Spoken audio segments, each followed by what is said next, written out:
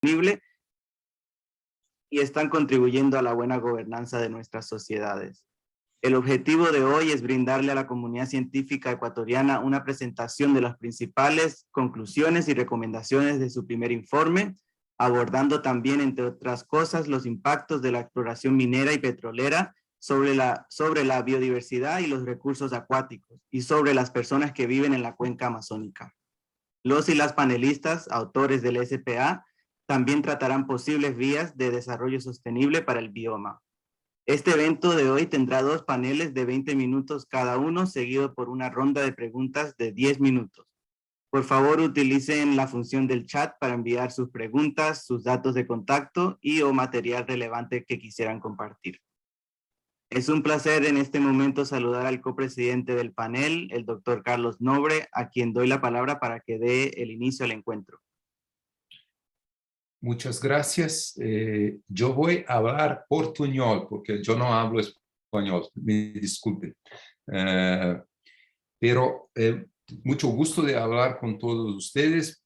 Gracias a la Academia de Ciencias de Ecuador por esta oportunidad de presentar, de discutir y también de hablar un poco de la continuidad del panel, los resultados, pero la continuidad. Yo voy a ser muy breve. Déjeme decir un poco de lo histórico. Después voy a ceder la palabra a Andrea Encalada también, copresidente del panel, por la realización del primer informe.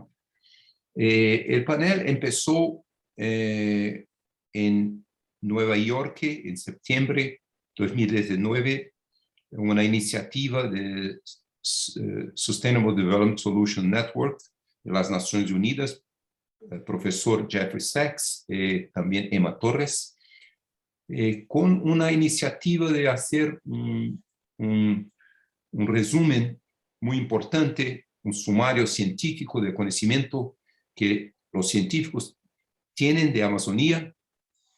Entonces, reunimos un gran número de científicos, 240 científicos, 2/3 de los países amazónicos, 42% de mujeres cientistas.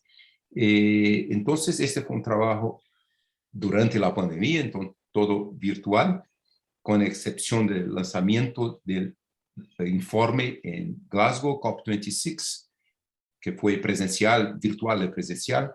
Entonces fue un trabajo muy largo e importante que juntó muchos científicos, la mayoría de los científicos de los países amazónicos que trabajan por muchas décadas sobre las cuestiones amazónicas. Claro que la idea era un riguroso resumen científico del conocimiento, pero también sacamos una iniciativa innovadora, diferente de IPCC y PBS, que fue tener un componente de panel como parte de los capítulos y de los autores que para una propuesta de un camino sostenible de desarrollo de la Amazonía. Cómo disminuir los riesgos que la Amazonía está teniendo hoy, que son muy largos, riesgos que nosotros llamamos tipping point, el punto de inflexión, de no retorno, de un cambio para un sistema degradado de vegetación, que nosotros llamamos algunas veces de sabanización, de gran parte de la Amazonía. Entonces, ese fue también un componente 3 con muchas ideas de cómo desarrollar empoderamiento de las poblaciones, los pueblos amazónicos, cómo valorizar los conocimientos de pueblos originarios, los indígenas, las comunidades locales, y también cómo desarrollar, cómo hacer reforestación, restauración de las áreas degradadas, deforestadas, y también cómo desarrollar una nueva economía, una economía que llamamos una bioeconomía de bosque de pie, y también de ríos fluyendo.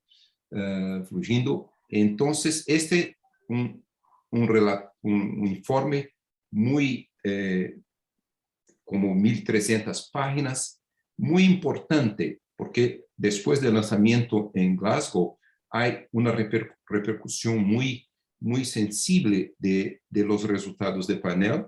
Entonces, es muy interesante que nosotros decidimos a dar continuidad. Yo voy ahora ceder la palabra a Andrea, a quien todos ustedes de Ecuador conocen muy bien, claro, quien actuó como copresidente del panel para la realización del primer informe. Entonces, después yo voy a concluir esta introducción con un poco de las ideas de continuidad del panel. Andrea, por favor. Muchísimas gracias, Carlos, y buenas tardes, amigos. Qué gusto estar aquí, justamente presentando los resultados, ¿no es cierto? Y los compañeros nos van a contar de parte del trabajo que se ha hecho.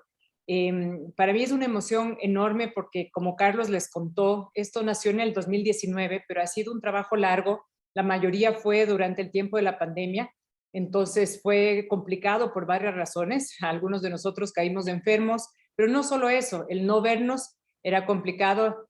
Ahorita todavía estamos con COVID, ¿no es cierto? No se ha ido, pero fue un proceso largo, complicado, pero muy rico. Muy rico porque conocimos muchos puntos de vista diferentes. Como les contó Carlos, tuvimos más de 240 científicos participando y también gente de la región. Y esto realmente ha hecho que nuestro crecimiento del conocimiento de la Amazonía sea mucho mayor.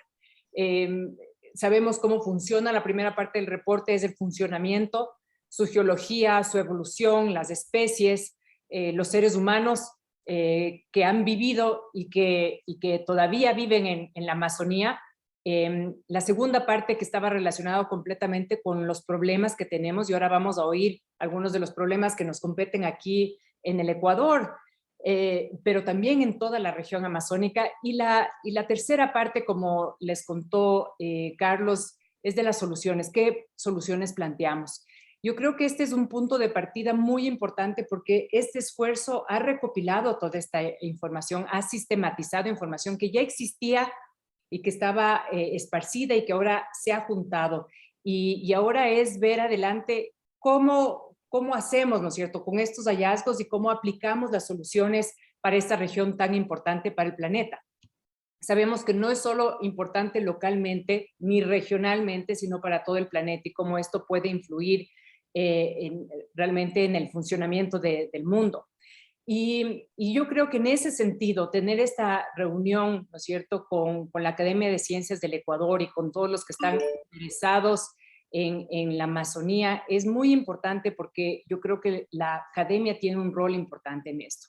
Como dijimos, los primeros que empezaron a escribir, empezó con un grupo pequeño de 60 personas, se incrementó hasta 240 personas ahorita y científicos que están trabajando en esto porque hay mucho interés, hay mucha información, mucha gente trabajando y necesitamos que la academia siga teniendo un rol bien importante en esto. No solo en producir la investigación, ¿no es cierto?, pero también en llevar esto a las universidades y a otros medios con los que la academia tiene mucha relación. En ese sentido, estoy muy feliz de estar aquí en este evento y esperamos tener mucho más eventos en el Ecuador para justamente agradecer todo el trabajo que has hecho y continuar con este trabajo adelante, porque es muy importante lo que ya se ha logrado, pero hay muchas cosas más. Hay gaps of information, ¿no es cierto? Sabemos que hay muchos vacíos de información todavía que tienen que ser llenados y este es un espacio muy importante para nosotros para poder seguir trabajando en pro de la Amazonía, de su conservación y de los pueblos que vivimos ahí. Entonces, muy feliz de estar aquí. Muchísimas gracias. Muchas gracias, Andrea. Déjeme complementar solo con decir un poco que nosotros planeamos la continuidad del panel por lo menos 5 años más, tal vez tener un informe, un sumario completo en 5 años, pero nosotros planeamos tener muchos estudios, sumarios de conocimiento científico, como Andrea mencionó, los vacíos de investigación que tenemos Entonces, la participación de academias de ciencia de Ecuador en particular es muy importante para nos ayudar a identificar los vacíos de ciencia.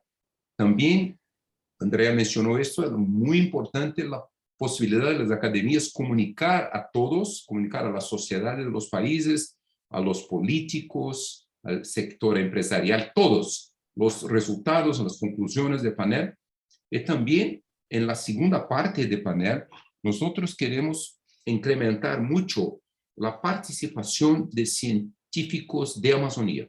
Entonces, Academia de Ciencias de Ecuador, por favor, nos ayude a identificar científicos de Ecuador y de otros países amazónicos, instituciones que hacen investigación preferencialmente de la Amazonía, en la Amazonía.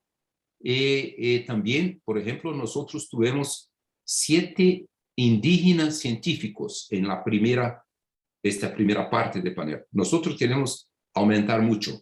También afrodescendentes de otras comunidades locales. Entonces, por favor, nos ayude a expandir este grupo de científicos y también queremos involucrar científicos más jóvenes. Entonces, científicos jóvenes también. Entonces, algo que nosotros dejamos que Academia de Ciencias de Ecuador nos ayude a complementar. Entonces, este es lo que entendemos hacer en los próximos años, una actividad muy fuerte de panel, y tal vez que sea un día permanente, un grupo de científicos de toda Amazonía permanentemente haciendo estas evaluaciones, sumarios, comunicación importantísima para toda la sociedad, para hacer políticas sostenibles para la Amazonía. Muchas gracias también por organizar este evento con la Academia de Ciencias de Ecuador.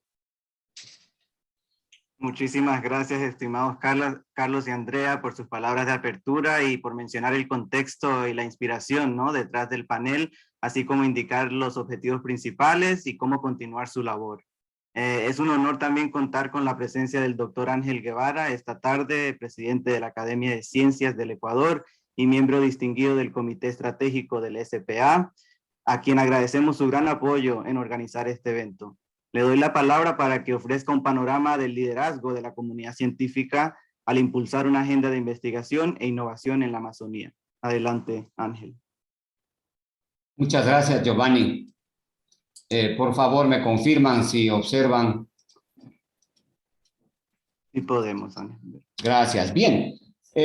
Yo más bien agradezco a ustedes, miembros del Science Panel for the Amazon, el panel por la Amazonía, cuya reseña histórica ya brillantemente la realizó el doctor Carlos Nobre y la doctora Andrea Encalada. Aquí en esta diapositiva es un resumen, digamos, de lo que ellos brillantemente han mencionado. Sin embargo, como Academia de Ciencias de Ecuador, siempre estuvimos apoyando por varias razones.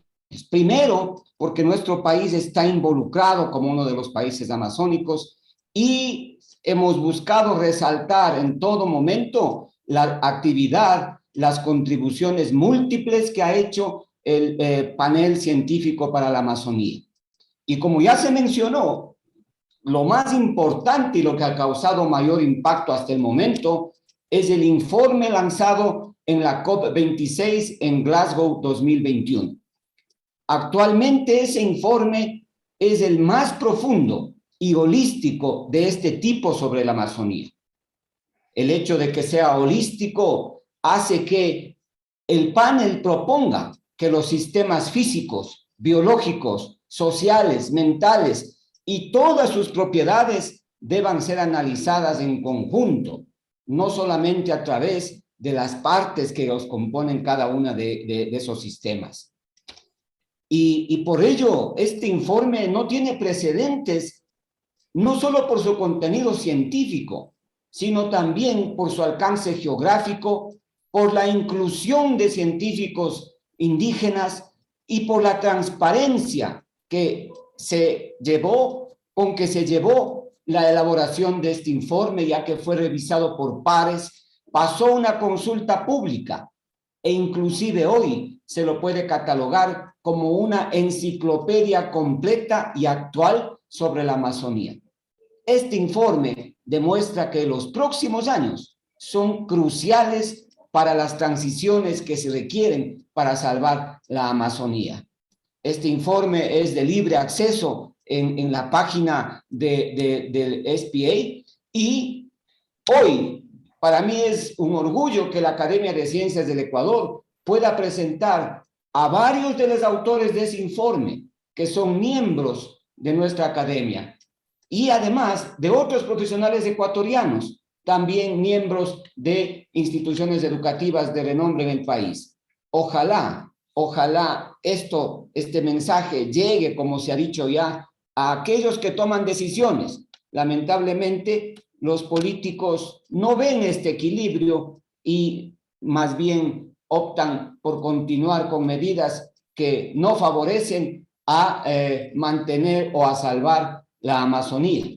Como dice el lema del Science Panel for the Amazon, la Amazonía que queremos. Ojalá algún momento se dé. Muchas gracias nuevamente y la Academia de Ciencias va a estar siempre abierta para la difusión y para dar la continuidad que se requiere a toda esta información. Muchas gracias.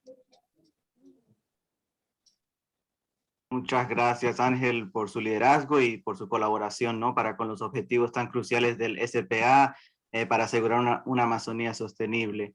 Ahora sí, pasamos al primer panel titulado Los impactos de la minería y el petróleo sobre la biodiversidad y la cultura, que será moderado por la doctora Andrea Encalada, copresidenta del SPA, y los panelistas son el doctor Carlos Mena, miembro del comité científico del panel, y el doctor Carlos Larrea, uno de los autores líderes del grupo de trabajo 6. Bienvenidos todos.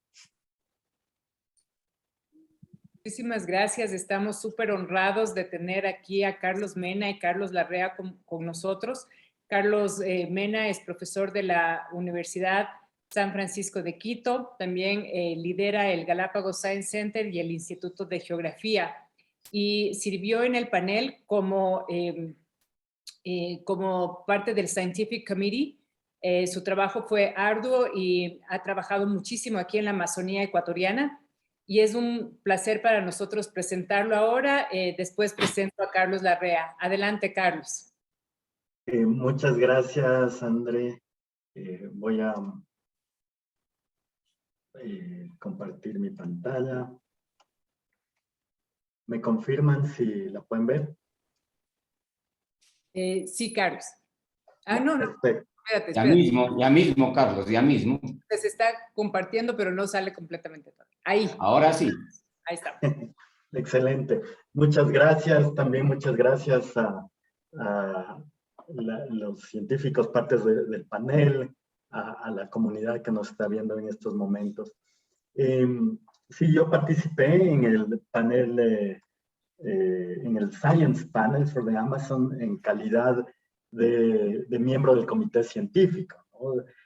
De esa forma yo tuve el privilegio de revisar con detalle muchos de los capítulos y entender desde este punto de vista privilegiado también el potencial impacto del reporte en la Amazonía como bioma, pero también en países como en Ecuador, ¿no? En Ecuador, como ustedes saben, tenemos una gran fragmentación de la información, de los datos y también del conocimiento. Es decir, este documento, que al final es un reporte súper extenso, nos sirve como una herramienta para enlazar diferentes tipos de datos, de información y de nuevo de conocimiento, que es muy necesario en lugares como Ecuador. Entonces, el potencial de esta herramienta es gigante. ¿Por qué? Porque también está escrito y conceptualizado para una audiencia que no es solamente científica, sino que son tomadores de decisiones, funcionarios del gobierno, políticos, técnicos y para la comunidad en general. Entonces, probablemente tiene mucha información condensada, pero esperamos que sea también digerible por diferentes audiencias. Entonces, como buen geógrafo, me voy a basar en mapas para contar mi historia. Y este primer mapa vemos el oeste de la Amazonía, con las cuencas geológicas que existen, ¿no? Y lo que podemos ver es que aquí tenemos algunas cuencas o subcuencas, incluyendo la del Putumayo y la del Oriente en Ecuador y Colombia. Y llanos en Venezuela que tienen una gran cantidad de actividad petrolera. Todos esos puntitos son hotspots, digamos, de extracción del petróleo. En menor cantidad tenemos Madre de Dios, tenemos el Solimões, que están en Brasil y Bolivia, y también súper intenso está la cuenca de llanos en Colombia y Venezuela. Lo que podemos también ver es que estas cuencas geológicas tienen una gran cantidad de petróleo en forma de reservas, ¿no? Casi 6.000 millones de galones de petróleo. Cubren una área gigante, más de 350.000 kilómetros cuadrados. Entonces, la potencialidad en términos de petróleo que puede salir de la Amazonía también es gigante, lo que le hace un lugar que va a recibir bastante cambio, ¿no? Y esto es lo que podemos ver en el siguiente mapa. Aquí las áreas con un color más rosado son las áreas de explotación actual petrolera. Y tenemos áreas, digamos las áreas amarillas, por ejemplo, y las pequeñas líneas azules, que son áreas de promoción y áreas también donde hay mucha exploración petrolera a través de líneas sísmicas, ¿no? Entonces yo consideraría que tal vez estas áreas, ¿no? Las áreas más amarillas y azules de este mapa, son las áreas en realidad donde vamos a ver una expansión de la frontera petrolera y del extractivismo, ¿no? Aquí quisiera mencionar dos cosas. El cuadro que está ahí a su derecha nos indica los diferentes recursos naturales que son extraídos de la Amazonía por país, ¿no? Y también el porcentaje que representan dentro del presupuesto de cada país. ¿Qué es lo que nos quiere decir esto? Es que la Amazonía ahorita es la fuente, en muchos casos principal, de la economía de los países. Y esto nos enlaza a este concepto del imperativo del activismo. Nuestros países van a hacer, todos nuestros gobiernos van a hacer todo para tratar de extraer esos recursos naturales, sobre todo. Yo creo que ese es uno de los principales peligros. En Ecuador tenemos el petróleo como uno de los problemas, pero también está la soya, el carbón, la agricultura, por supuesto, y el oro. Y en términos de oro o de minería metálica, quisiera enseñar otro mapa y enfocarme más en un tipo de minería metálica que es la ilegal, ¿no? Como ustedes saben, el tema de la minería legal e ilegal es un tema que está de moda en la Amazonía andina, digamos. En este mapa nosotros podemos ver la minería legal, es decir, las concesiones legales que hacen los estados a diferentes compañías privadas, estatales, nacionales, internacionales, pequeñas, medianas, grandes. Y también vemos con un color más morado, digamos, lila, minería ilegal, ¿no? Estos hotspots, puntos emergentes de minería ilegal a través de toda la Amazonía. Lo que es más preocupante, desde mi punto de vista, la minería ilegal es el problema potencial más grande que afronta la Amazonía andina, incluida en Ecuador, debido a que enlaza diferentes procesos ilegales, incluyendo el narcotráfico, el tráfico de especies, la corrupción, y como nosotros podemos ver, causa un cambio ambiental drástico. Aquí vemos un ejemplo de la provincia del Napo, en tan solo un año, cómo va cambiando, ¿no? Debido a la minería de oro aluvial que existe. Es muy difícil controlar el problema de la minería ilegal, como nosotros hemos visto en Colombia, en Perú, en Guyana. Es un problema relativamente nuevo en Ecuador, pero que enlaza estos otros procesos que muchas veces son más grandes y realmente preocupantes. Desde el punto de vista más académico, el reporte hace una revisión de la historia y cómo estos booms económicos, pero también el colapso de este extractivismo ha generado consecuencias negativas en la política, en los gobiernos, en las comunidades y en las sociedades en general, ¿no? Entonces yo creo que una de las cosas que podemos aprender del reporte es que la historia nos cuenta mucho acerca de los booms y de los colapsos.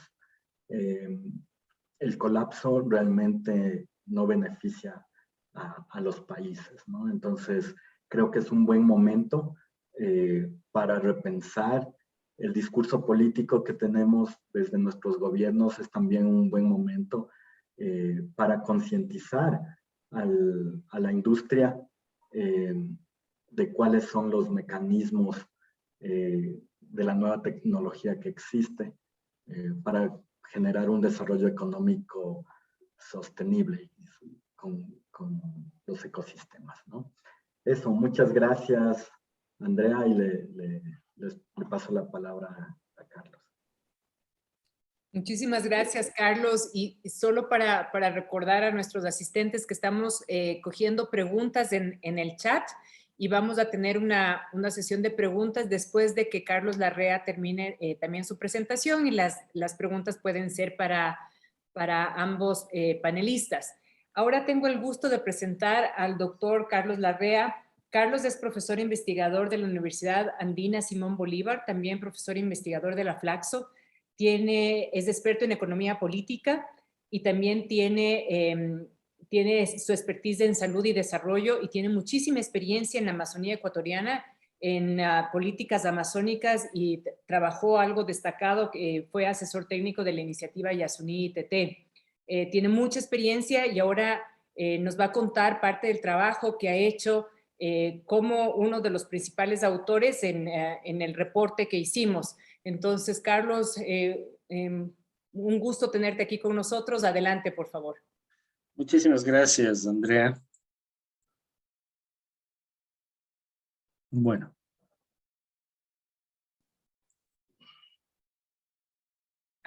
Ahí todavía no estamos viendo. Ya. Creo que ahí está visible la pantalla. Sí, ahí estamos viendo. Ya, muy bien. Bueno, en esta presentación yo voy a compartir con ustedes los principales hallazgos de una manera muy sintética, porque el tiempo es limitado, sobre la parte del estudio que hicimos en el Amazon Assessment Report sobre el Ecuador.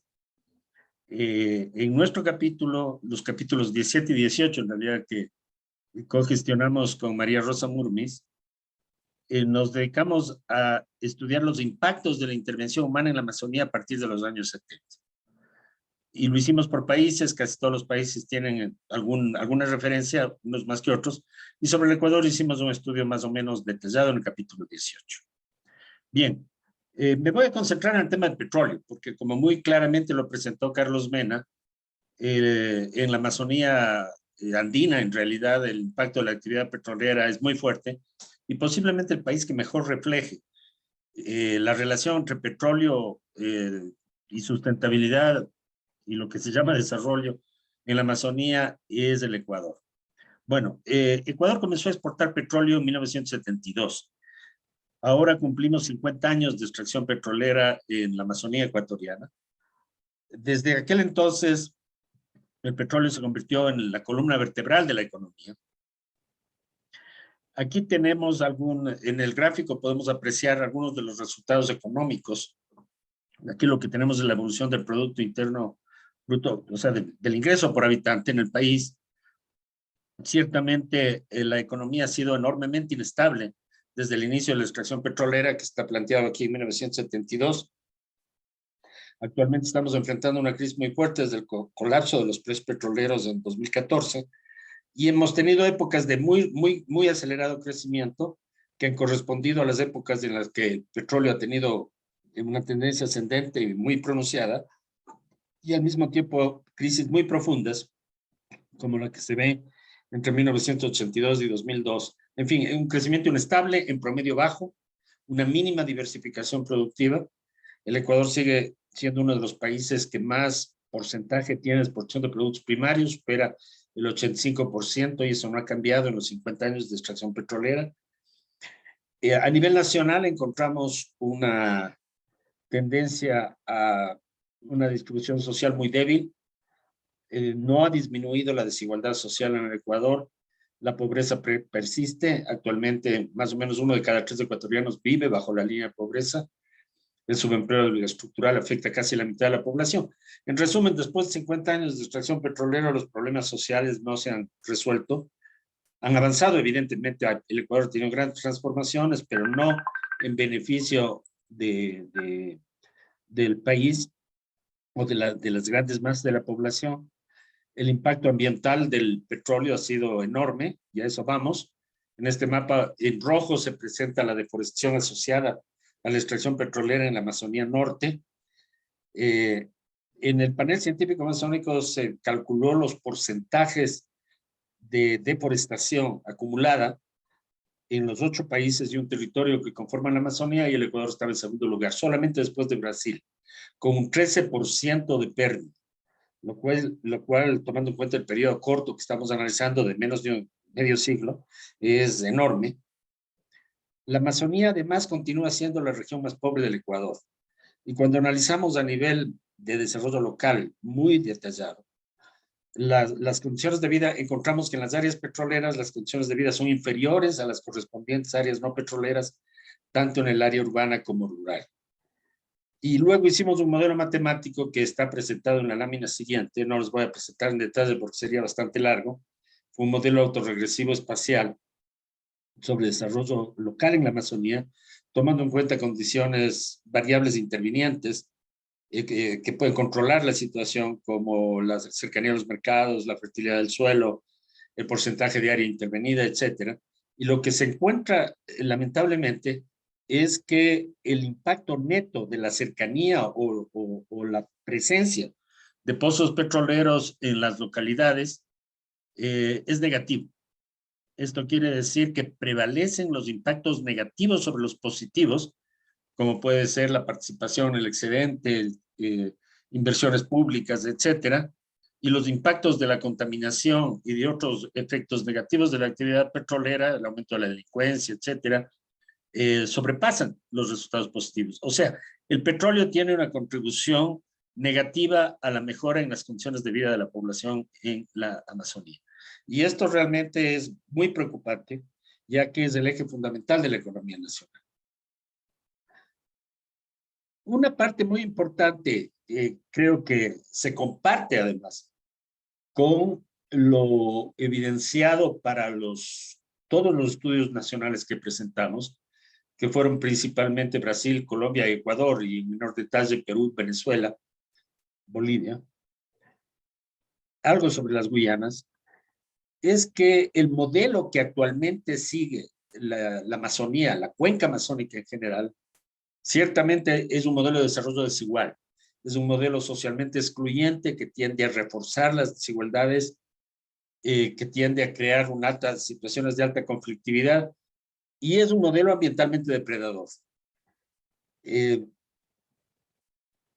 el caso ecuatoriano es importante mencionar que las reservas petroleras no explotadas son muy limitadas y que por consiguiente un cambio de modelo no solamente es necesario, sino que es casi inevitable. Por eso es importante, siguiendo las recomendaciones de la tercera parte del panel que se van a presentar en la próxima parte de esta reunión, el pensar en un cambio de paradigma, no solamente modificaciones pequeñas, sino una transformación de fondo que implica detener completamente la deforestación, tratar de detener las actividades extractivas, en el caso ecuatoriano, lo que está mencionado en el panel, petróleo y minería, no he hablado de minería, pero va a tener en el futuro sobre todo un impacto muy grande. Y finalmente, quiero terminar con una nota de optimismo, porque al menos en el caso ecuatoriano, las posibilidades de una diversificación productiva hacia actividades como ecoturismo, turismo de naturaleza, turismo comunitario, aprovechamiento sustentable de productos de la Amazonía que no destruyan la biodiversidad, que sean compatibles con el medio ambiente, el conjunto de esas actividades tiene un gran potencial así. Entonces, esta transición es viable. Hay una gran cantidad de experiencias muy ricas de desarrollo local en casi todos los temas que les he mencionado, lo cual nos permite pensar con esperanza en un futuro diferente. Lo que es más difícil es que haya la voluntad política de hacerlo o de impulsar este tipo de actividades. Bueno, con eso quiero terminar mi presentación, que la hemos preparado como algo muy corto, dado el escaso tiempo del que disponemos. Muchísimas gracias. Muchísimas gracias, Carlos Mena y Carlos Larrea. Quisiera saber, Giovanni, Isabela, si tenemos preguntas o si nosotros podemos ahí ofrecer unas preguntas a nuestros panelistas. Andrea, sí, hay una pregunta en el Q&A. Yo voy a enviarle. Ay. Perfecto, tenemos a Luz Ana Viena Vázquez que nos hace una pregunta. En Perú, en la cuenca del Morona se producen derrames permanentes de petróleo, lo cual ha afectado los medios de vida de las comunidades nativas, afectando la producción de los suelos, ríos y bosques, perdiendo biodiversidad en la cuenca. ¿Cómo evitar que se explore y explote el petróleo como una actividad económica, sabiendo el gran impacto negativo y el riesgo que genera en nuestra Amazonía? ¿Sería posible que los países amazónicos puedan detener esta actividad tan contaminadora del planeta y plantear nuevas actividades económicas sostenibles? No sé quién quisiera contestar, Carlos Mena, Carlos Larrea. Bueno, yo podría decir tal vez unas muy pocas palabras. En primer lugar, los problemas ambientales provocados por el petróleo en Ecuador y Perú son parecidos. Pasando la frontera sur, nosotros hemos tenido una actividad petrolera muy prolongada en la parte norte de la Amazonía peruana, que como lo describe la pregunta, han dejado un impacto ambiental enorme. En este sentido, desgraciadamente debemos mencionar que la tecnología que se ha usado históricamente y que se sigue usando para extraer petróleo en la Amazonía, no solamente que es una tecnología obsoleta, sino una tecnología de gran impacto ambiental, porque se extrae petróleo abriendo carreteras, carrozables, hay una gestión inapropiada de los residuos tóxicos, etc. Creo que la alternativa es clarísima. Hay que hacer al menos, hay que detener la nueva exploración petrolera a nivel mundial para alcanzar las metas del Club de París. Deberíamos dejar fuera inexplotados más de 2/3 de las reservas mundiales de petróleo. Y es prioritario detener la actividad petrolera en las áreas de mayor impacto ambiental, como son las áreas de la cuenca amazónica. Esa fue la razón principal de la iniciativa Yasuni-TT. Creo que el proyecto tiene viabilidad y creo que una opción clarísima, tanto en Ecuador como en el norte del Perú, pero sobre todo en el Ecuador,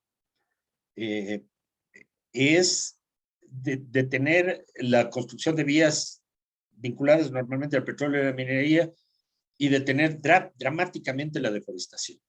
En nuestro capítulo nosotros demostramos que en todos los países y territorios que comparten la cuenca amazónica, los 9, la pérdida de cobertura forestal está creciendo en los últimos años, eso sin excepción, lo cual es muy preocupante. Y obviamente en el caso ecuatoriano, como les mencionaba, además, comparado con otros países amazónicos, el impacto es mucho mayor.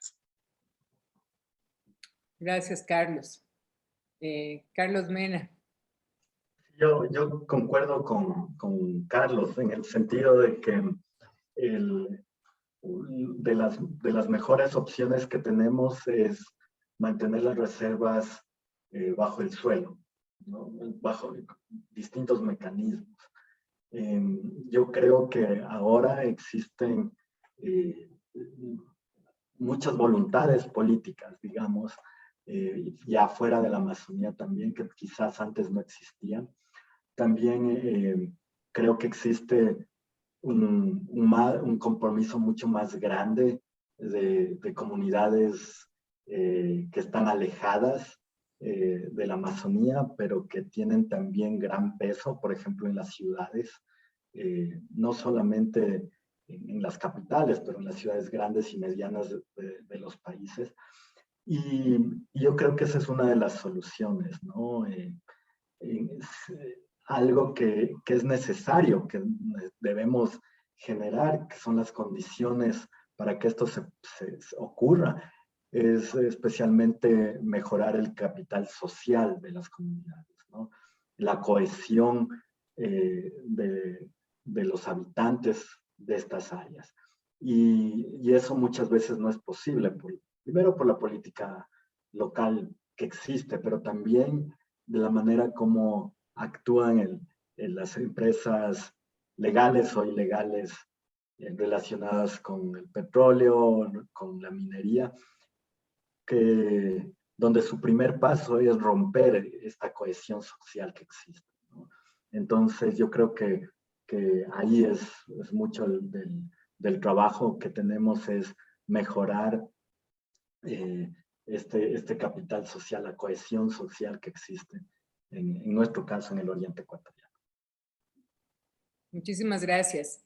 Yo tengo una pregunta y un comentario también. Una de las cosas que a mí más me gustó del reporte es poder, de alguna manera, espacializar y graficar, ¿no es cierto?, los diferentes problemas que tenemos en la Amazonía, para ver no solo la extensión, la magnitud del problema, pero también aparecieron nuevos problemas, ¿no es cierto? Entonces, desde esta perspectiva, Carlos y Carlos, ¿cuáles creen ustedes que son los principales problemas que tenemos en la región y también particularmente en el Ecuador?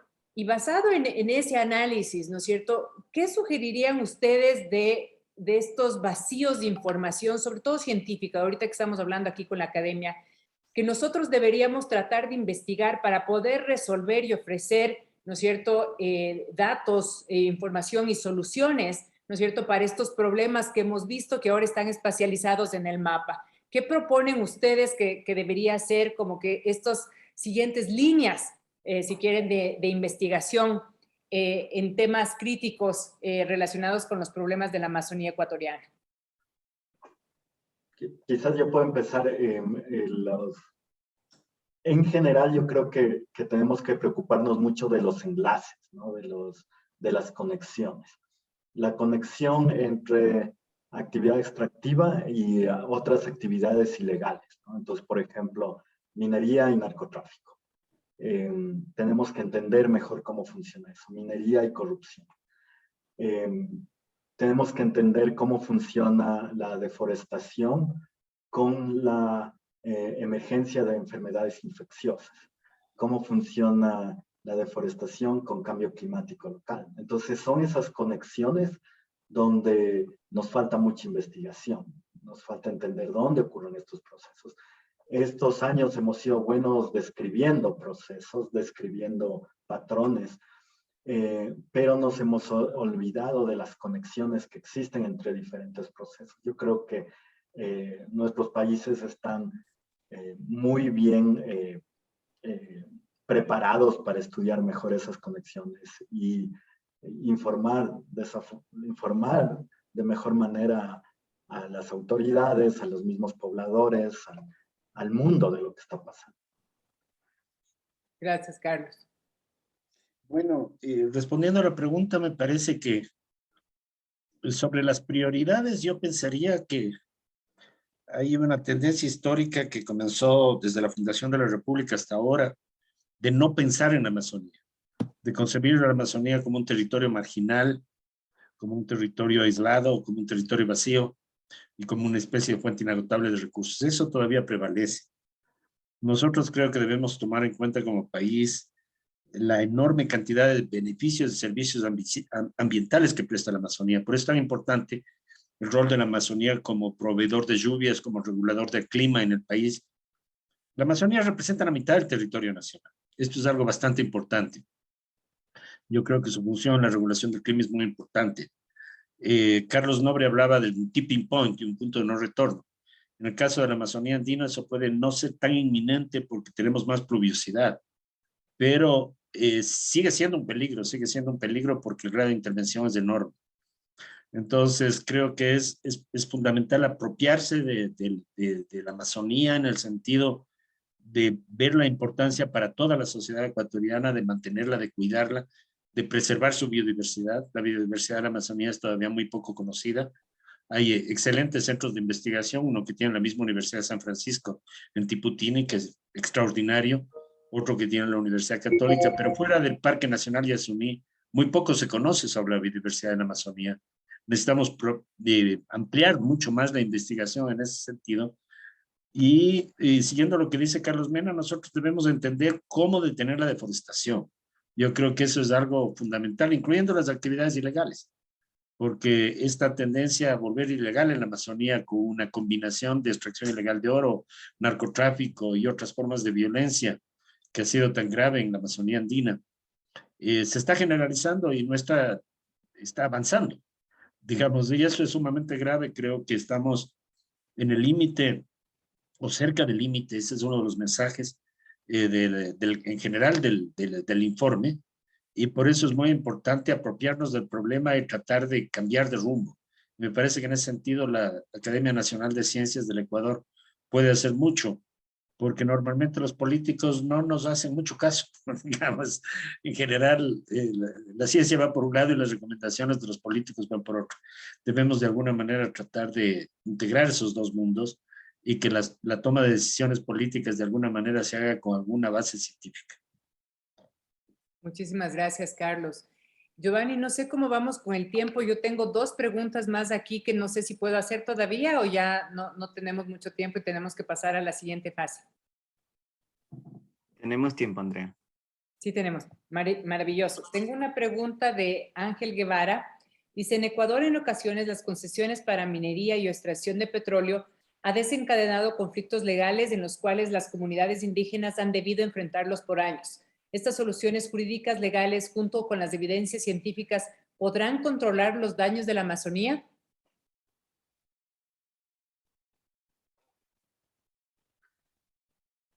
¿Qué piensan ustedes? De nuevo, el conflicto de territorios indígenas y concesiones mineras o bloques de extracción petrolera es muy antiguo, ¿no? Es parte de la colonización de la Amazonía, pero también es un problema súper complejo. Yo creo que es un debate que tiene que ser abierto y sí tenemos que ver la actividad extractiva de diferentes formas, ¿no? Entonces, en el caso de la minería, por ejemplo, es una actividad súper compleja, que puede ser legal o ilegal, que puede ser pequeña, grande, mediana, transnacional, y de nuevo, muchas veces enlazada a procesos ilegales, ¿no? Como el blanqueo de dinero, producto del narcotráfico. Entonces, estos procesos se enlazan también a diferentes tipos de población, incluyendo la población indígena, las élites, las dirigencias. Entonces no es simple. No creo que respetar o hacer respetar los territorios indígenas, que sería una solución muy directa y simple, sea una solución completa en realidad, sino yo creo que hay muchos problemas específicos de lo que se está extrayendo, ¿no? En el caso de la minería, yo creo que tener un sistema judicial libre de corrupción es básico, ¿no? Porque se enlaza al tema también de los territorios indígenas. Y luego ya el control del Estado a toda la cadena de suministros en la minería tiene que ser importante. Y también estudiar este enlace entre minería ilegal y minería legal, ¿no? Que ahora también ocurre, ¿no? Cómo ciertas compañías acceden a que se usen sus concesiones de una forma ilegal.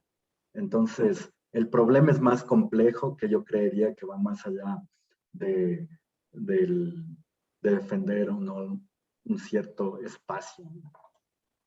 Gracias, Carlos. Esta es una pregunta para... ¿Quieres comentar ahí también? Sí, Sí, Carlos. muy brevemente. Una de las cosas que más me agradó del panel científico amazónico es que se tomó muy en serio la necesidad de incluir los saberes de los pueblos originarios, de los pueblos indígenas. Y eso tiene que ser parte de la solución, evidentemente en el caso ecuatoriano. Sí, los pueblos indígenas han sido fuertemente afectados por la actividad petrolera y lo son actualmente por la expansión de la minería. El caso del pueblo guaraní es dramático, fue un pueblo que culturalmente está enormemente casi destruido, sí, por la expansión de la actividad petrolera.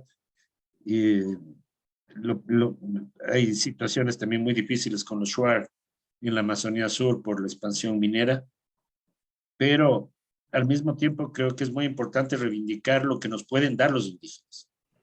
Y la visión, digamos, cosmológica de los pueblos indígenas es muy importante en la búsqueda de una solución. Yo quería enfatizar en eso también. Perfecto, gracias, Carlos. Hay un par de preguntas más, se las mando a ustedes para que se comuniquen con las personas que preguntaron, porque vamos a tener que pasar a la siguiente parte del panel.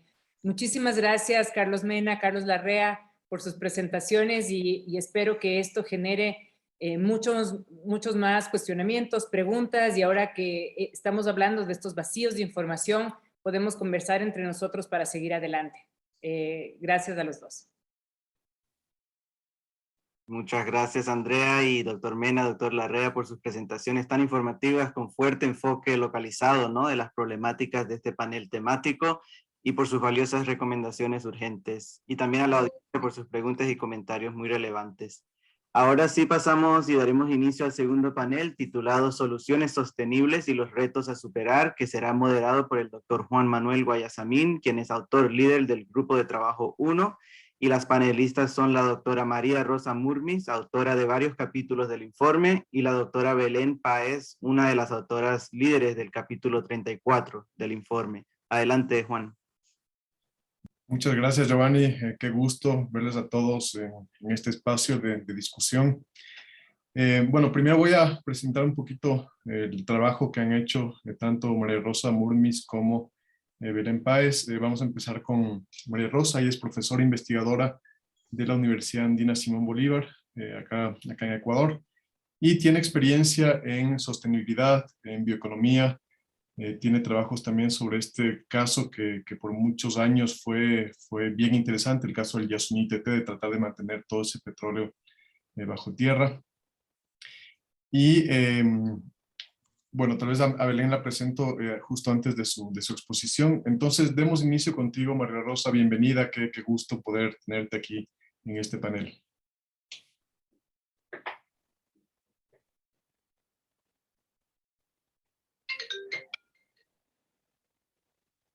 No te escuchamos.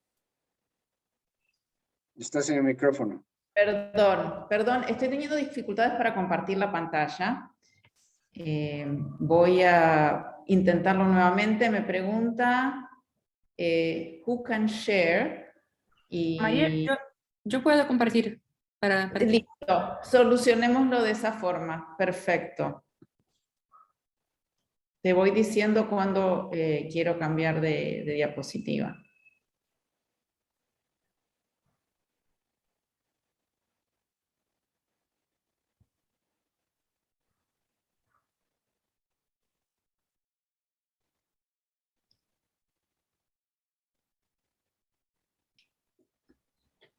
Vale, un momento. Sí, perfecto.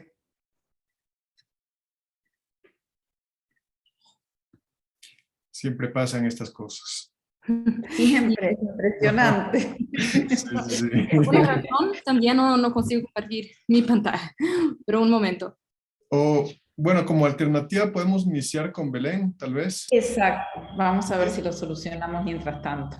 Perfecto, ya hagamos eso. Entonces Belén, ella es directora de la Fundación Pachamama, una fundación que tiene mucha historia en Ecuador justamente por estas luchas pro conservación de los bosques, pro derechos indígenas. Belén ha trabajado mucho justamente en estos temas, en modelos no extractivistas de economía, temas que están directamente ligados con esta idea, esta aspiración que tenemos de que se pueda lograr por fin una Amazonía sostenible en la cuenca amazónica. Entonces te damos la bienvenida, Belén. Por favor, tienes la palabra. Hola, Juan Manuel, ¿qué tal? Voy a ver si es que yo puedo compartir. Vamos a ver. ¡Tarán! ¿Está por ahí? Sí, Perfecto, maravilloso, se ve todo. Bueno, entonces, saludar a todos. Gracias por habernos juntado el día de hoy. Y yo quiero también un poco hacer una reflexión, ¿no es cierto? El informe del panel científico se ha presentado hace 6 meses en Glasgow. Tuvo de alguna manera una buena cobertura mediática a nivel global. Todo lo que se ha dicho y las recomendaciones que fueron dadas han sido tomadas con la debida atención por distintos sectores, especialmente los medios de comunicación. Pero también yo pienso que los estados, pues los ministerios de ambiente también han puesto su escucha a este informe, lo cual es importante. Yo esto lo digo porque estamos en relación con los ministerios de Ecuador y de Perú y funcionarios en temas de adaptación, mitigación y conocen del reporte, lo cual es muy interesante. A esto quisiera como tal vez hacer también, sumar una reflexión de que en Glasgow hubieron algunos compromisos importantes sobre el tema de financiamiento climático. Se acordó, digamos, ampliar un financiamiento a más de $1.000 millones por parte de los países desarrollados a países con bosques en pie, con procesos de políticas REDD+, de adaptación y mitigación y de reducción de la deforestación. Y 6 meses después, ahora ya estamos casi en junio, terminando mayo, vemos que ese financiamiento no está llegando. Entonces, son temas que me gustaría poner aquí en la mesa de discusión porque las recomendaciones del panel científico son muy específicas sobre la urgencia con la que tenemos que actuar todos los sectores que estamos involucrados en materia amazónica.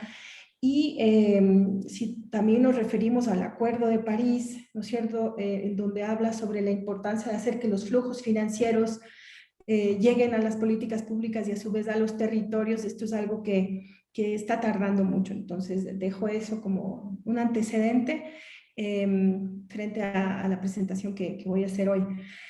Me gustaría también aterrizar ya en la práctica desde nuestro capítulo y desde los capítulos con el enfoque de visión a futuro panamazónico y desde la importancia de la participación de los pueblos indígenas en el diseño de las políticas públicas que tienen que ver con territorios indígenas, con políticas públicas referente a adaptación y mitigación, las políticas REDD+ en cada uno de los países. Hay unas recomendaciones muy claras y creo que esto suma además a las salvaguardias de Cancún, que hablan especialmente sobre la participación y la gobernanza de los procesos de pueblos indígenas amazónicos hacia a encarar todos, digamos, estos datos que nos han presentado en el primer panel, Carlos y Carlos, en donde conocemos cuál es la dinámica, sabemos con claridad cuáles son los datos, la ampliación de la frontera extractiva es un hecho. Y frente a esto, desde la Amazonía del Ecuador y el Perú, ya aterrizando en un tema piloto, en donde tenemos la participación de las agrupaciones más importantes indígenas de la Amazonía, como SCOICA, CONFENIA en Ecuador, AIDESEP y otros pueblos y nacionalidades en Perú, se presenta hace algunos años ya en la cumbre climática y en la cumbre de biodiversidad, la iniciativa de Cuencas Sagradas, que frente justamente a estos datos pretende la permanente protección de la Amazonía en 35 millones de hectáreas, tanto en Perú como en Ecuador. Ya decía Carlos, ¿no es cierto?, que para hacer este camino hacia la transición ecológica y hacia un modelo económico y ecológico distinto que marque otro camino y futuro para la Amazonía, necesitamos hacer un salto cuántico, porque frente a las décadas de avance de la ampliación de la industria extractiva, de la inequidad social, de la deforestación, de la continuidad de la actividad comercial ahora cada vez más ilegal, y de la pérdida de esos saberes ancestrales en estos territorios, e incluso la pérdida de tipos de gobernanza en estos territorios, necesitamos reforzar principalmente, digamos, la importancia de la organización de las poblaciones indígenas y sus derechos. Entonces, la iniciativa de Cuencas Sagradas lo que plantea es al 2030 un horizonte que abarca todas las recomendaciones del panel científico. Estos son los principios: consolidar el buen vivir amazónico, las selvas vivientes, asegurar la autodeterminación de los pueblos que habitan en estos territorios, promover la conservación y la reducción de la deforestación, eliminar la degradación y deforestación y detener el avance de las industrias extractivas. Esto podríamos llamar lo que es un pacto entre las organizaciones indígenas, que es su compromiso para el mundo, es su compromiso para con los estados, el compromiso con las futuras generaciones. Y hay unos resultados muy, digamos, tangibles de los últimos 3 años dentro de esta región, y para enfrentar el avance de las industrias extractivas hay una alianza binacional de organizaciones indígenas que tienen como meta este compromiso de la conservación permanente de 35 millones de hectáreas. Hay una visión compartida territorial, se están hablando de biocorredores, este mosaico de biodiversidad, de agua, de medicina que existe en la Amazonía está bastante integrado en esta visión de los pueblos indígenas. Y también se ha caracterizado en este plan bioregional al 2030 una serie de herramientas que tienen varios niveles de acción que promueven y prometen justamente atender estos datos sobre deforestación y sobre otro tipo de amenazas en la Amazonía. Entonces, con esto lo que quiero decir es que este plan bioregional de las cuencas sagradas, esta visión de los pueblos indígenas, va calando no solamente en la región, pero a nivel internacional ha llamado mucho la atención, ha sido adoptado en el último congreso de UICN, la campaña 2580, reducir el 25% de la deforestación en la Amazonía para el 2025, el 80% de la deforestación. Quiero entrar al tema de posibilidades, porque hemos visto que tenemos muy poco tiempo para corregir cosas que no han estado ocurriendo en el pasado. Miramos que todo este tema del ecosistema de colaboración entre el sector privado, los gobiernos subnacionales, los estados, sus políticas nacionales de adaptación, mitigación para bosques, los modelos colaborativos y asociativos en temas de bioeconomía y cadenas de valor, y los nuevos recursos que se suman no solamente de la cooperación tradicional bilateral, sino de otros tipos de mecanismos que están llegando a la zona, son sin duda digamos, herramientas que nos van a permitir ir solventando y respondiendo a esta urgencia en la que estamos frente a los datos que con claridad los describe el panel científico frente a este punto de no retorno. Vuelvo a una lámina de deforestación con información de mapiomas y ecociencia. Los datos nacionales de Ecuador, si bien es cierto hasta el 2016 dan cuenta de una cierta reducción de la deforestación, son contrastados por otras fuentes. En el 2017 y en el 2020 en Perú y en Ecuador, al parecer la deforestación sigue en aumento y esta situación tiene que ser, digamos, bien, bastante analizada, estudiada. Tenemos que seguir estudiando los datos de deforestación, sin duda, y de pérdida de la cobertura vegetal. Nosotros hemos hecho un cálculo y hemos notado que en los últimos años, en los últimos 3 años, en la bioregión de las cuencas sagradas, pues hay una deforestación de alrededor de 28.000 hectáreas de bosque cada año. Entonces, frente a esto, las posibilidades que se han visto y que están ahorita mismo en ejecución tienen que ver con proyectos que están dedicados a mejorar la calidad de vida de las poblaciones locales. Definitivamente el tema de bioeconomía y de cadenas de valor que se están fortaleciendo y ampliando en toda la región con productos como la vainilla, la flor de la canela, conocida como el ispingo, el morete, aguaje en Perú, para bebidas energéticas, el cacao blanco, el cacao silvestre, la guayusa, que es una bebida energética, la sangre de drago y entre otros. Son cadenas de valor que ya están en marcha. Hay cooperativas, asociaciones dentro de las nacionalidades que se están en este mismo momento, digamos, poniendo en marcha y ampliando. En la bioregión también hay metas bien importantes sobre la tasa de deforestación, estos proyectos de bioeconomía, el mejoramiento de la calidad de vida de las personas, tener más acceso a transporte, a educación, a reducir las emergencias que tienen en los territorios.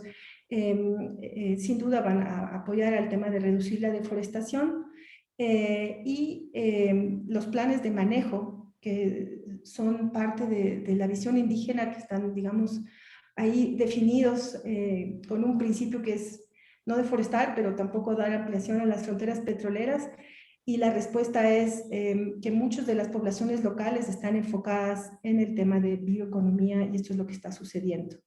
A esto y para terminar quiero agregar que hay una discusión regional en la Amazonía en este momento en los 9 países que tiene que ver con mecanismos de compensación, con mercados voluntarios de carbono y con otros mecanismos que podrían eventualmente sumarse al financiamiento climático y al financiamiento que tiene el Estado para cumplir estas metas para reducir la deforestación en la Amazonía y el cuidado de la biodiversidad, atender las metas sobre biodiversidad. Y que aquí hay algunos datos que fueron presentados la semana pasada en un taller que se hizo en el Ministerio de Ambiente conjuntamente con una alianza que se llama People Forest Partnership, entre otras alianzas en el mundo que también incluyen a pueblos indígenas, en donde se habla sobre cómo el financiamiento climático podría escalar los próximos años y ser una fuente no solamente de inversión, pero también de impacto positivo en las políticas públicas,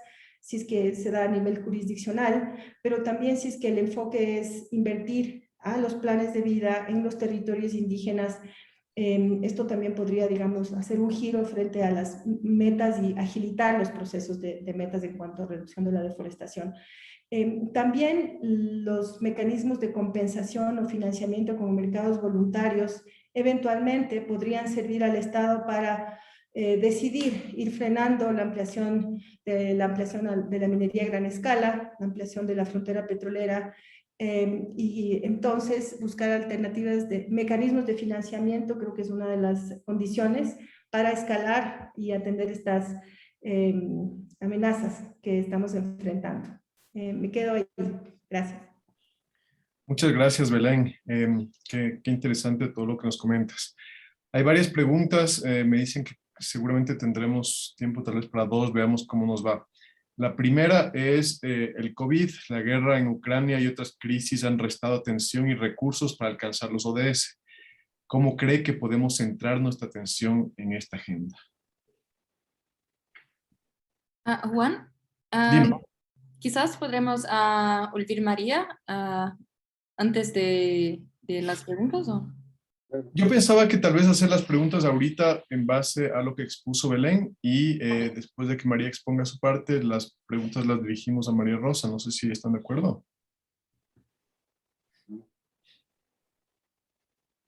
¿Sí? Está bien. Ya, muy bien. Sigue Belén, por favor. Leemos la pregunta nuevamente. Claro, sí, el COVID, la guerra en Ucrania y otras crisis han restado atención y recursos para alcanzar los ODS. ¿Cómo cree que podemos centrar nuestra atención a esta agenda? Yo pienso y he visto, ¿no es cierto?, que más bien la atención a los NDCs de los países, tanto de Perú y Ecuador, son parte de una agenda de política pública. En el caso de las políticas RED+, tanto de Ecuador y Perú, están bastante claros los targets de cómo se deben cumplir estas metas y cuáles son las políticas que deben ser agendadas, ajustadas para poder llegar a estos temas. También pienso que sí, las crisis globales que se enfrentan son producto de una crisis climática y que tenemos que enfocarnos en todas las acciones dedicadas a, por otro lado, lo que llamamos la justicia climática, la participación de los pueblos indígenas en la discusión sobre sus derechos en la participación del diseño de estas políticas públicas para protección de bosques y para la distribución de estos recursos. Entonces, no pienso que lo uno está separado de lo otro, más bien yo pienso que el Ecuador y los pueblos indígenas y los gobiernos subnacionales tienen unas metas muy claras en torno a la reducción de la deforestación. Si es que lo logramos a tiempo, eso habrá que verlo, pero pienso que hay un esfuerzo nuevo, que es parte de una narrativa nueva que tiene que ver con la colaboración de los varios sectores que están interesados en los territorios de la Amazonía. Gracias, Belén. Y la otra pregunta es, ¿cuál será la estrategia para consolidar y propiciar el desarrollo socioeconómico de esta región y la conservación del bosque amazónico? Bueno, por un lado, se escuchan todos estos, escuchábamos al presidente del Ecuador hace 2 días con su reporte sobre un poco la tendencia, lo que se viene para la Amazonía, y tiene que ver, la tendencia está relacionada con temas económicos. Hay una cierta dependencia o creencia de que la expansión de las fronteras extractivas son una solución para combatir la pobreza en el Ecuador.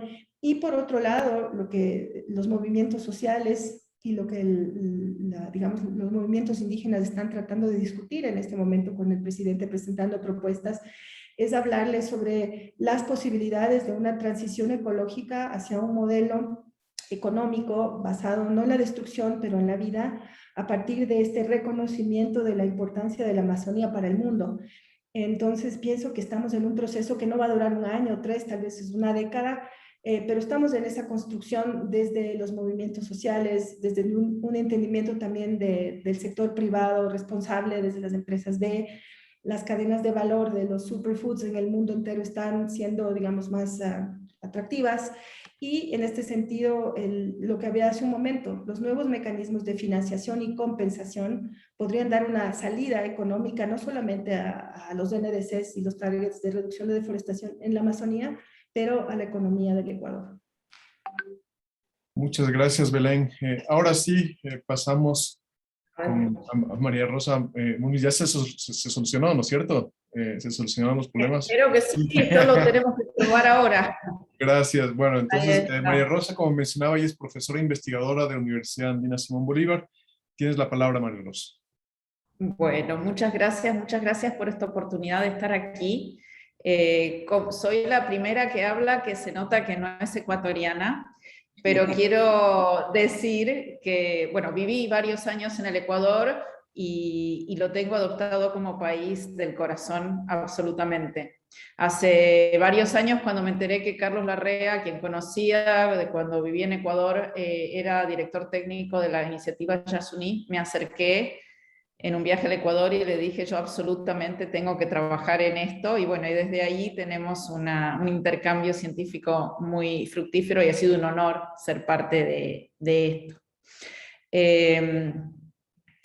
Bueno, vamos a hablar, a mí me toca hablar de las soluciones que plantea el informe. Voy a basarme en las que surgen de los capítulos en los que trabajamos, son los capítulos 16 y 18 en los cuales Carlos y yo fuimos coautores líderes.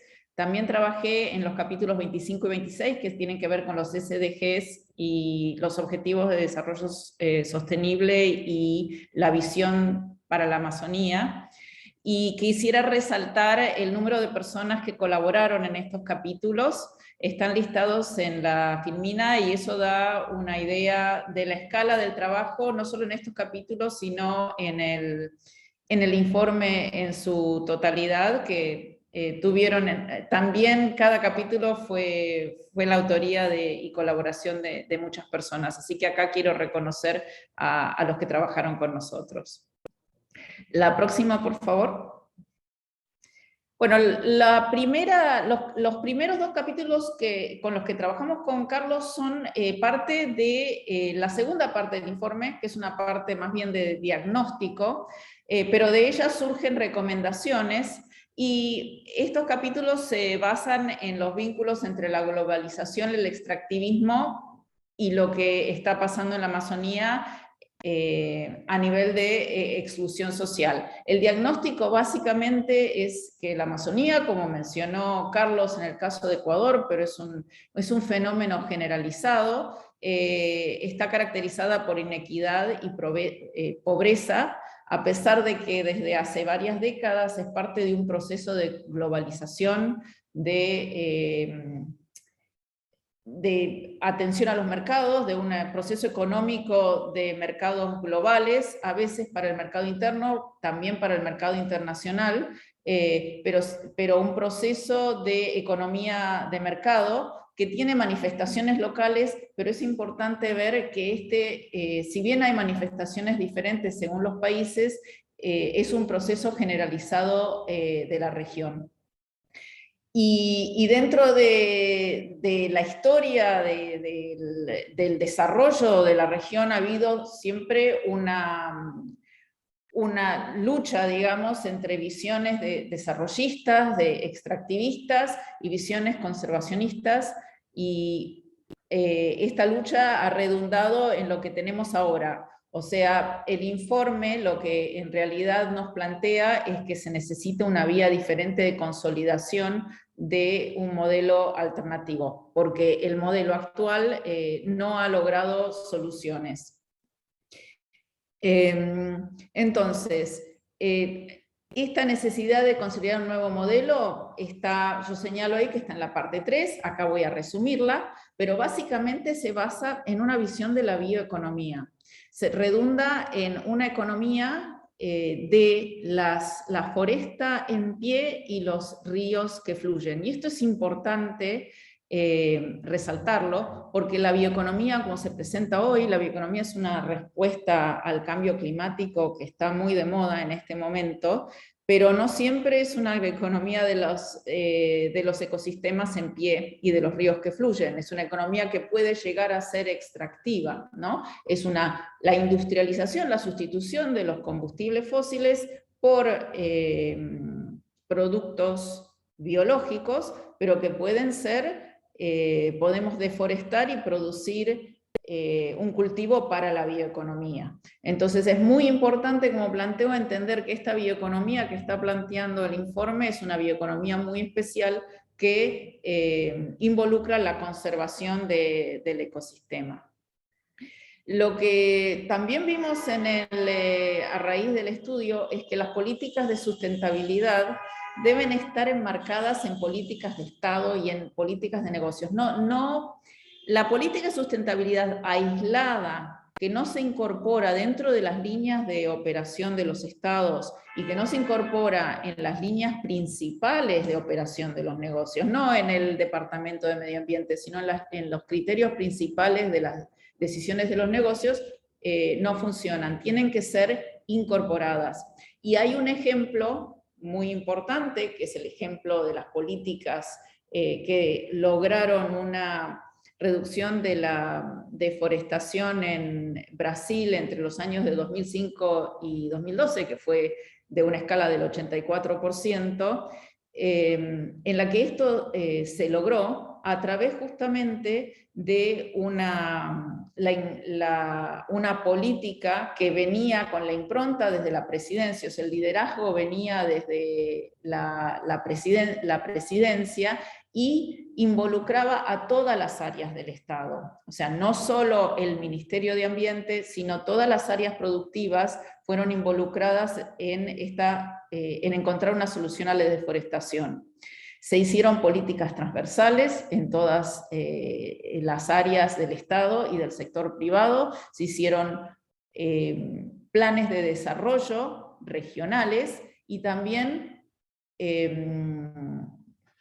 respuestas específicas como la capacitación de la policía, el refuerzo de los recursos humanos, la creación del Instituto Chico Méndez, y a través de esta política que ocurrió en un momento en un superciclo de precios, o sea, los precios de los productos más importantes para la deforestación, que eran la carne y la soja, estaban en alza, y aún así se logró una reducción de la deforestación. Entonces, esta política, que con un cambio de gobierno fue revertida, primero, la idea es que puede ser replicada, y en segundo lugar nos indica que es muy importante que los arreglos institucionales trasciendan el contexto político, que se logre una institucionalidad de las políticas que no dependa de los cambios de preferencias políticas que pueda haber en un gobierno. Y en este sentido, una estrategia, además del fortalecimiento institucional, es involucrar a los países no amazónicos, porque así como ellos tienen un rol en la situación actual, los procesos globales, los procesos de demanda de commodities que han llevado esta globalización y estos resultados en la Amazonía, vienen de procesos globales, o sea que los países no amazónicos son claves en encontrar soluciones, y también pueden ser claves a través de compromisos y apoyo, cooperación internacional, en que se logren soluciones que trascienden contextos políticos. Es muy fuerte en todo el informe también la necesidad de hacer participar a todos los actores. Eso incluye a los actores que dominan la economía actual, pero particularmente aquellos que se han visto excluidos, que ya fueron señalados en las presentaciones anteriores. También se reconoce que no hay una receta única, que cada país va a encontrar su solución específica, pero que a pesar de que las soluciones van a ser específicas de cada país, es muy importante encontrar una cooperación internacional de los países amazónicos. Por ejemplo, el Pacto de Leticia sería un punto de partida para que los países puedan planificar conjuntamente para proteger un ecosistema que no es más que una división entre estados. Las políticas de acceso a la tierra y de uso de la tierra son críticas porque, bueno, también como señaló Carlos en el caso de Ecuador, en toda la región hay un proceso de exclusión de aquellos que no tienen derechos a la tierra sólidos hacia procesos mucho más, de fuerzas mucho más fuertes dentro de la economía, como pueden ser las actividades de minería que se mencionaron, petróleo, pero es importante cuando hablamos de la región en general, porque acá estuvimos mencionando los países andinos, que además de la minería y el petróleo, que es más característica de los países andinos, en Bolivia y en Brasil, por ejemplo, las principales fuentes de deforestación son la ganadería y la soja, los commodities agrícolas. ¿Podemos pasar a la siguiente, Filmina? Bueno, dentro de lo que son las soluciones a los problemas de la Amazonía, se analizaron en qué sentido los objetivos de desarrollo sostenible son pertinentes a la Amazonía. Obviamente lo son y deben ser adaptados a la realidad de esta región. Y una conclusión muy importante es que con la ruta actual, los modelos de desarrollo actuales, el cumplimiento con los objetivos de desarrollo sostenible es imposible, es incompatible con las prácticas actuales. Otra impronta muy importante del informe es el respeto de los derechos indígenas y la participación de los mismos en todas las soluciones que respectan a la Amazonía. Yo creo que si sacamos los mensajes más importantes o más en realidad transformacionales del informe, uno de ellos es la insistencia en la participación de los pueblos indígenas y la insistencia en contemplar dentro del fortalecimiento de la agenda científica y tecnológica que nos va a llevar a encontrar soluciones específicas para los problemas, los conocimientos de las comunidades indígenas y locales. Eso yo creo que es realmente una de las ambiciones más importantes del informe. También que las soluciones tienen que ser a escala de paisaje o de cuenca, pero que tienen que involucrar todos los sectores de la economía y todos los sectores de la administración pública, ya sea local, federal, el sector civil. Si bien tienen que trabajar en paisaje cuenca, las soluciones no deben ser limitadas a la geografía política de la zona, sino hay que involucrar la geografía política dentro de soluciones de cuenca. María Rosa, perdón, te voy a interrumpir porque nos estamos quedando sin tiempo y es también importante que conversemos, que veamos un poco las preguntas que nos quedan aquí. No sé si es que en un ratico puedes... Sí. Resalto una cosa más que está en esta diapositiva y cierro. El informe recomienda un acuerdo global para la Amazonía viviente y esto surge de una cierta, no diría incoherencia, pero falta de fuerza en la coincidencia entre el Acuerdo de País y la Agenda 2030 de los Objetivos de Desarrollo Sostenible. O sea, lo que se busca es fortalecer para que todas las iniciativas que surjan del Acuerdo de París lleven también a la concreción de los Objetivos de Desarrollo Sostenible. Y con eso ya les agradezco su atención y estoy disponible para preguntas. Muchas gracias, te agradecemos mucho, María Rosa. Estamos sin tiempo, qué pena, quedan un montón de temáticas en el aire, el rol de la misma academia en esto, el rol del Estado, que cada vez parece que tiene menos roles en todos estos días o no los asume. Como hemos hablado un poco de ecosistemas terrestres, sobre todo, sí quisiera plantear la pregunta de Andrea Encalada, que es más sobre ecosistemas acuáticos. Y la pregunta es la siguiente: ¿cuál es su mirada sobre los planes de construcción de más proyectos hidroeléctricos en la Amazonía y específicamente en el Ecuador?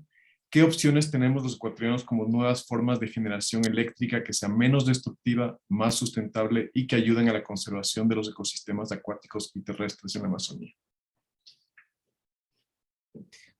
Bueno, la propuesta del informe es que los ríos fluyan, o sea que no es compatible con la propuesta del panel científico que se sigan construyendo centrales hidroeléctricas. O sea, no sería una de las formas de energía sostenible, renovable, que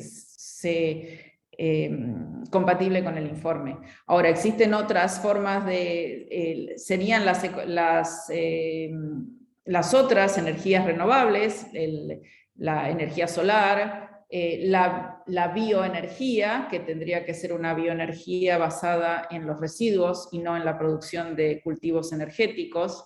El Ecuador también tiene la posibilidad de energías geotérmicas, pero la solución para la energía tendría que ser una energía local renovable, no la obstrucción de ríos. Muchísimas gracias, María Rosa. Con eso finalizamos la intervención de los panelistas y Giovanni, te doy paso. Muchas gracias. Muchas gracias, Juan y doctora Murmis y doctora Páez por sus intervenciones tan interesantes e inspiradoras, dando una mirada a las posibilidades, ¿no?, en cuanto a modelos colaborativos para un futuro sostenible y pasando por la consecución de la Agenda 2030. Para cerrar esta sesión, me complace invitar a Emma Torres, coordinadora estratégica del SPA, a que ofrezca algunas palabras de clausura. Adelante, Emma. Muchas gracias, Giovanni. Muchas gracias a todos. Muchas gracias especialmente al presidente de la Academia que nos invitó a participar en esta sesión especial. Les agradezco a nuestros copresidentes y a los miembros del panel que facilitaron esta discusión. Yo creo que, en primer lugar, para todos nosotros es un gran placer y un gran honor contar con el panel científico por la Amazonia. Creo que es un logro muy, muy importante, muy valioso y que debería continuar. Porque como todos destacaron, es muy importante que en la toma de decisiones de desarrollo sustentable en la región sean informados en base a la ciencia. Y fortalecer la ciencia, la innovación, es fundamental en un modelo transformativo que va a necesitar la región para cambiar este modelo de desarrollo que es extractivo, que es depredador y continúa siendo el mismo modelo desde la época de la colonia. Es absolutamente esencial que la región invierta en innovación, en tecnología, en ciencia, para poder transformarse. Las grandes economías modernas son economías basadas en conocimiento. Y yo creo que eso para la región es fundamental, teniendo en cuenta que tienen un gran capital, tenemos un gran capital natural, uno de los mayores capitales naturales del mundo, lo cual es una gran riqueza que debería ser una fuerza de desarrollo sustentable para la región. En ese sentido es muy inspirador ver todo este grupo de científicos que han trabajado heroicamente durante las condiciones de COVID y a distancia y se ha podido hacer este primer informe de análisis del estado de la cuenca amazónica. El otro punto que yo considero fundamental y que el panel ha destacado mucho es el trabajo que sea regional, que sea un trabajo de cuenca, porque el trabajo a nivel de país es importante, el trabajo a nivel local es importante, pero el trabajo de cuenca es fundamental para poder conservar la cuenca amazónica y hacer un desarrollo sustentable en la región. En ese sentido, nosotros estamos en este momento en diálogo tanto con las academias de ciencia para diseminar los resultados del panel, pero también, por ejemplo, organismos como la ODCA, porque los organismos como la ODCA van a tener también que fortalecerse para trabajar a nivel regional con los países.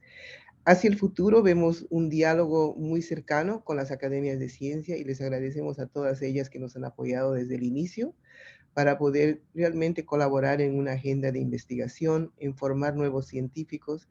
Ojalá las próximas generaciones podamos tener varios premios Nobel que salen de la Amazonia y que sería importantísimo en ese sentido trabajar muy de cerca con las academias de ciencia, con los institutos de investigación en la región.